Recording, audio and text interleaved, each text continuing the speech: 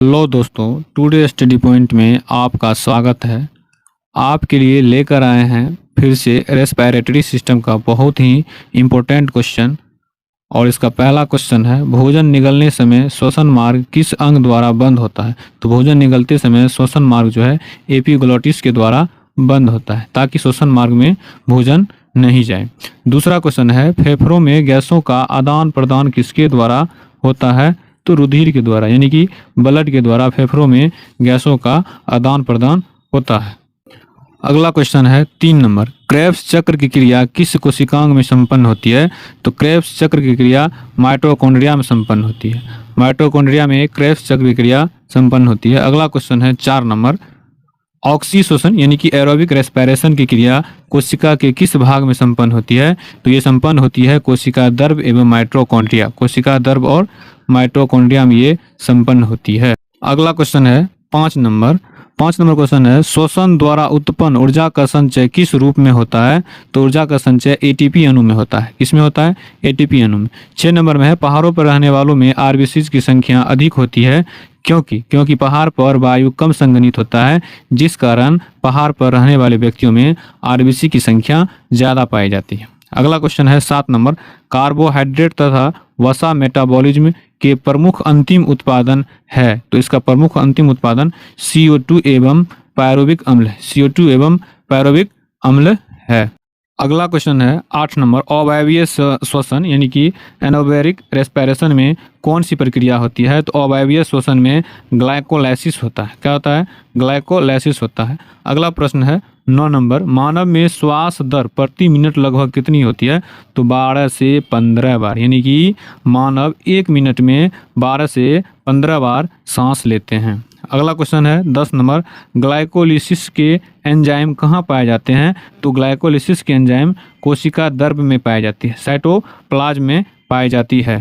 11 number question है, किस कारण से ऊतकों में ऑक्सी हीमोग्लोबिन से ऑक्सीजन निकलकर ऊतक द्रव में जाता है। तो जब O2 की कमी होगी और CO2 की अधिकता होगी, तब ऑक्सी हीमोग्लोबिन से ऑक्सीजन निकलकर ऊतक द्रव में जाएगी। अगला क्वेश्चन है 12 नंबर, फेफड़ों की कुपिकाओं में गैसीय विनिमय किस प्रकार होती है। तो स्वक्रिय ट्रांसपोर्ट के द्वारा फेफड़ों की कुपिका में गैसीय विनिमय होता है। अगला क्वेश्चन है 13 नंबर, मानव शरीर में श्वसन केंद्र कहाँ स्थित होता है। तो मानव शरीर में श्वसन अंग मेडुला ऑब्लिंगेटा तथा पोन्स में, मेडुला ऑब्लिंगेटा तथा पोन्स में श्वसन केंद्र स्थित होता है। अगला क्वेश्चन है 14 नंबर, फेफड़ा के ऊपर का आवरण किसका बना होता है। तो फेफड़ा के ऊपर का आवरण प्लूरल कला का बना होता है, प्लूरल कला का बनाता है। 15 नंबर क्वेश्चन है, सर्वाधिक CO2 का परिवहन किस रूप में होता है। तो इसका जवाब हो जाएगा बायकार्बोनेट के रूप में। बायकार्बोनेट के रूप में सर्वाधिक CO2 का परिवहन होता है। अगला प्रश्न है 16 नंबर, श्वसन में बाहर निकली वायु में CO2 की लगभग कितनी मात्रा होती है। तो 4%, यानी कि जब हम श्वास लेते हैं तो उसमें 4% CO2 बाहर निकलता है। अगला प्रश्न है 17 नंबर, अधिकतर कीट किस प्रकार श्वसन क्रिया करते हैं। तो कीट का जो श्वास नली के द्वारा ये श्वसन करते हैं। कीट पतंगे श्वास नली के द्वारा या श्वास नली प्रणाली के द्वारा श्वसन करते हैं। अगला प्रश्न है 18 नंबर, शीत निद्रा के दौरान मेढक किस अंग से श्वसन करता है। तो शीत निद्रा के द्वारा केवल त्वचा से मेढक श्वसन करता है, त्वचा से मेढक श्वसन करता है। 20 नंबर क्वेश्चन है, यातायात पुलिस शराब के नशे वाले व्यक्ति की श्वास जांच में किस गैस के मिश्रण का प्रयोग करती है। तो वह गैस है पोटेशियम डाइक्रोमेट सल्फ्यूरिक अम्ल। इसी गैस के द्वारा पुलिस जो है शराब के नशे वाले व्यक्ति को श्वास जांच के द्वारा पकड़ लेते हैं।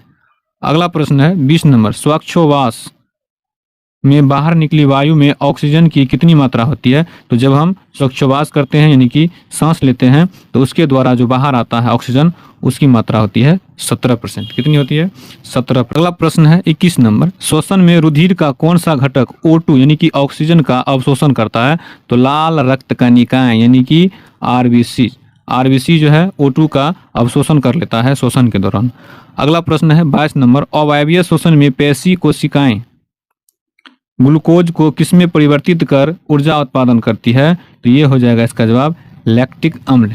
22 नंबर का जवाब हो जाएगा लैक्टिक। अगला प्रश्न है 23 नंबर, क्रेब्स चक्र में ग्लूकोज के एक अणु से कितने ATP के अणुओं का निर्माण होता है।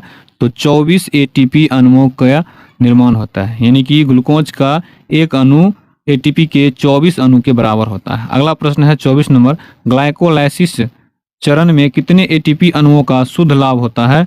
तो 2 एटीपी अणुओं का शुद्ध लाभ हो जाता है। 25 नंबर क्वेश्चन है, किण्वन अर्थात अनोक्सी शोषण की खोज सर्वप्रथम किसने की थी? तो सर्वप्रथम किण्वन की खोज लुई पास्चर ने ईस्ट में किया था। किसमें किया था? ईस्ट में। अगला प्रश्न है 26 नंबर, फेफड़ों तक अशुद्ध रक्त किसके द्वारा पहुंचाया जाता है? तो फुफ्फुस धमनी। फुफ्फुस धमनी के द्वारा फेफड़ों तक जो है अशुद्ध रक्त को पहुंचाया जाता है। इसे अंग्रेजी में पल्मोनरी आर्टरी कहा जाता है। अगला प्रश्न है 27 नंबर।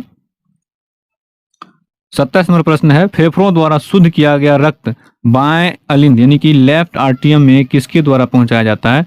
तो फुफ्फुस शिरा के द्वारा यानी कि पल्मोनरी वेन के द्वारा। अगला प्रश्न है 28 नंबर, श्वसन गुणांक का मापन किस यंत्र से किया जाता है?